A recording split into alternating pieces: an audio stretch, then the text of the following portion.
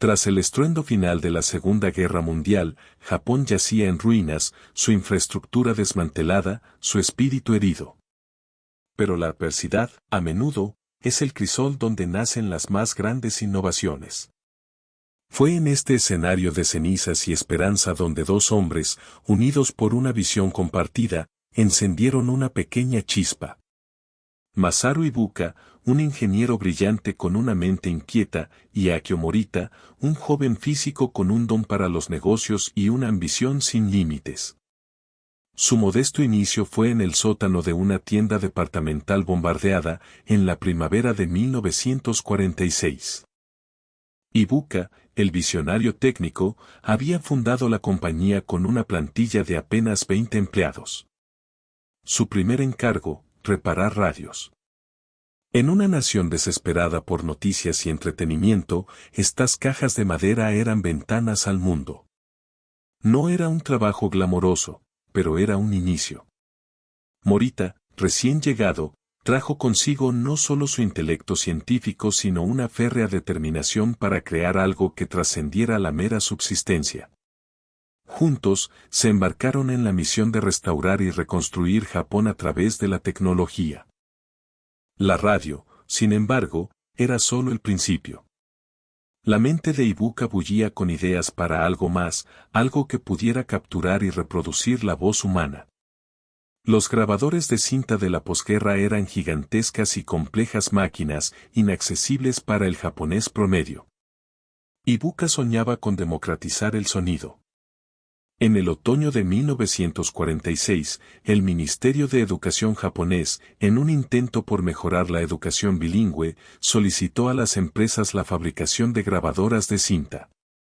La oportunidad era inmejorable. Los años siguientes fueron un torbellino de experimentación. No había materia prima, no había planos. Tuvieron que fabricar sus propias cabezas de grabación, sus propias cintas magnéticas, usando papel de arroz y óxido ferroso. El reto era monumental. Sus primeros prototipos eran pesados, ruidosos y costosos. La frustración era una compañera constante, pero también la chispa de la invención. Era una carrera contra el tiempo y los recursos limitados, pero Ibuka, un perfeccionista incansable, se negaba a rendirse. Y entonces, tras años de esfuerzo hercúleo, el milagro se materializó. En el verano de 1950, Tokyo Tsushiko Gyokaka lanzó al mercado la TAC-G, la primera grabadora de cinta de Japón. Era una máquina robusta, pero funcionaba. Fue un logro monumental, una declaración de intenciones. Los nombres de Ibuka y Morita comenzaron a susurrarse en los círculos tecnológicos. No solo habían reconstruido una radio, habían creado una nueva industria. Inicialmente, el mercado no entendía bien el potencial de la grabadora. ¿Quién necesitaba una máquina para grabar sonidos? Pero Morita, con su instinto comercial, no se desanimó. Dirigió sus esfuerzos a educadores, periodistas y empresas. La TAC-G se convirtió en una herramienta invaluable para la enseñanza de idiomas y la documentación. Era pesada, del tamaño de una maleta, pero su impacto era ligero como el aire, llevando voces y conocimientos a lugares antes inalcanzables. Demostraron que la tecnología no solo servía para comunicar, sino para enriquecer la vida. A pesar del éxito de la TAC-G, Ibuka y Morita sabían que era solo el primer paso. El verdadero desafío era hacer la tecnología accesible a todos, no solo a instituciones. Querían llevar la magia del sonido a cada hogar. Sus ojos estaban puestos en el transistor, una invención estadounidense revolucionaria que prometía dispositivos más pequeños, eficientes y portátiles. Era el futuro, y ellos lo sabían. En 1953, Morita viajó a Estados Unidos para negociar la licencia de esta tecnología. La negociación no fue sencilla. Western Electric, propietaria de la patente del transistor, no estaba convencida de que una pequeña empresa japonesa, nacida de las cenizas de la guerra, pudiera hacer algo significativo con su preciada invención. Ofrecieron una licencia para fabricar transistores para audífonos, la aplicación más obvia y de menor riesgo. Pero Morita vio más allá. Tenía una visión audaz, una radio de bolsillo. Los ejecutivos estadounidenses se rieron de la idea, considerándola una quimera. ¿Una radio tan pequeña que cabría en un bolsillo? Imposible. Pero Morita, imperturbable, se aferró a su visión. Regresó a Japón con la licencia, no sin antes convencer a Western Electric de que les permitieran explorar otras aplicaciones, incluso si los ejecutivos seguían escépticos. El equipo de Ibuka se lanzó a trabajar. Adaptar el transistor para una radio comercial, y sobre todo, una radio que cupiera en un bolsillo de camisa, era una proeza de ingeniería en ese momento. Cada componente debía ser miniaturizado, cada circuito optimizado. Eran 24 horas al día, 7 días a la semana, impulsados por la fe en su improbable sueño. Y así, en el verano de 1955, lo imposible se hizo realidad. Tokyo Tsushinku Gyokaka presentó la TR-55, la primera radio de transistores de Japón. No era la radio de bolsillo que habían soñado, era ligeramente más grande de lo esperado. Morita, con su inigualable sentido del marketing, tuvo una solución ingeniosa, instruyó a sus vendedores a usar camisas con bolsillos ligeramente más grandes para que la radio encajara perfectamente. Fue una declaración audaz, un desafío a la percepción global de que Japón solo podía copiar. Esta pequeña radio, con su cuerpo compacto y su sonido nítido, no solo vendió bien, sino que plantó la semilla de una reputación mundial. Demostró que la innovación podía surgir de las cenizas, que la perseverancia podía superar cualquier obstáculo.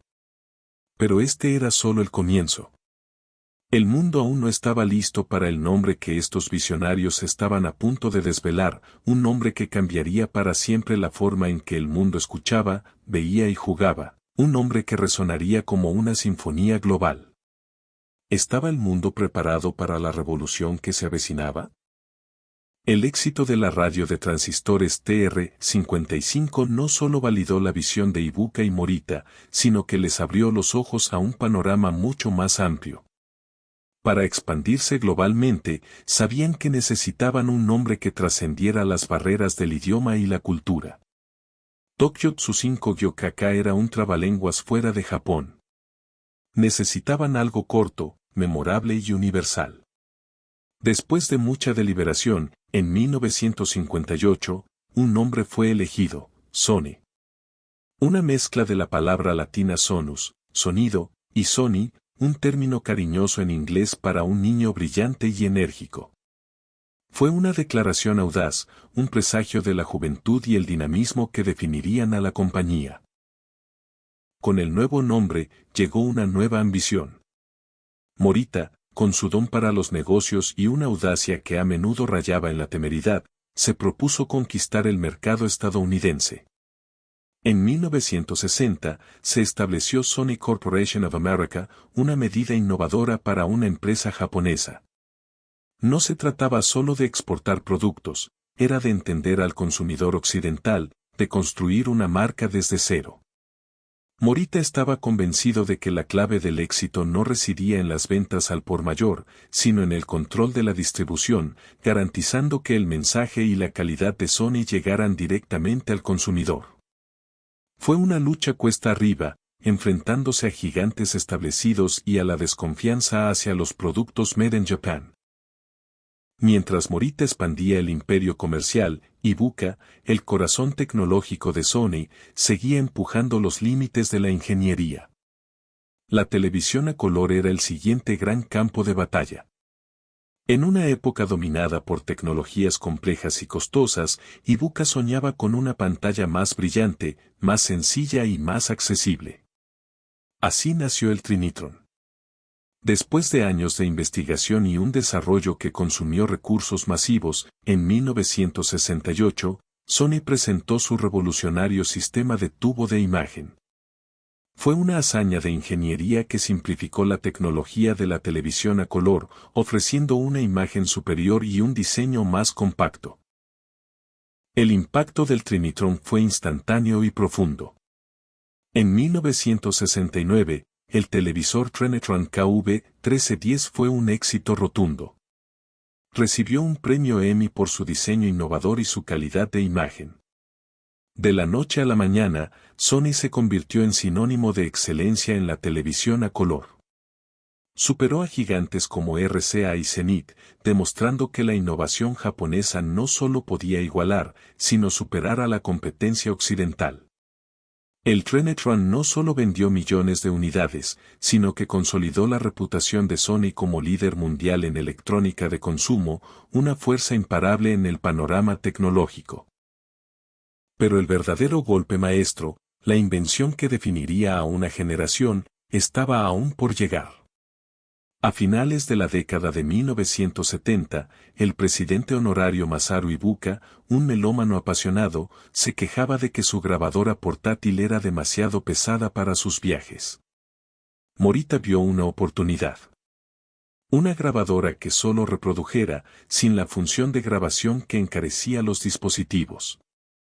En 1979, Sony lanzó el Walkman TPS L2. No era solo un producto, era una declaración cultural. Liberó la música del hogar y la llevó a las calles, a los parques, a los viajes. De repente, la banda sonora de tu vida podía acompañarte a todas partes. El Walkman no solo fue un éxito comercial sin precedentes, vendiendo millones de unidades en pocos años, sino que redefinió la relación personal con la música. Creó la cultura del espacio personal auditivo. Con el Walkman, Sony no solo vendía dispositivos, vendía experiencias. Vendía libertad. Fue el pináculo de la filosofía de Sony, crear productos que la gente no sabía que necesitaba hasta que los tenía. La música ya no era una actividad pasiva, sino una extensión de la identidad individual. La búsqueda de la perfección sonora llevó a Sony a la siguiente frontera, el audio digital. En una colaboración histórica con Philips, Sony co-desarrolló el disco compacto, o CD, lanzado en 1982. Fue una revolución. De repente, la música era inmune a los arañazos y al desgaste de los vinilos y las cintas. La calidad de sonido era prístina, la portabilidad incomparable. El CD se convirtió rápidamente en el formato dominante para la música, transformando la industria discográfica y consolidando el liderazgo de Sony en el entretenimiento. A finales de la década de los 80, Sony no se contentaba con fabricar el hardware, quería el software. En 1989, en una de las adquisiciones más audaces de la historia corporativa japonesa, Sony compró Columbia Pictures Entertainment, más tarde Sony Pictures Entertainment, por más de $3.000 millones. Fue una jugada que sorprendió al mundo, un gigante de la electrónica adquiriendo un estudio de Hollywood. La idea era simple, fusionar el hardware de Sony con el contenido, creando una sinergia sin precedentes en la era digital. La ambición de Morita era ilimitada, buscando convertir a Sony en una potencia global de entretenimiento total. La década de los 90 trajo consigo otra revolución, los videojuegos.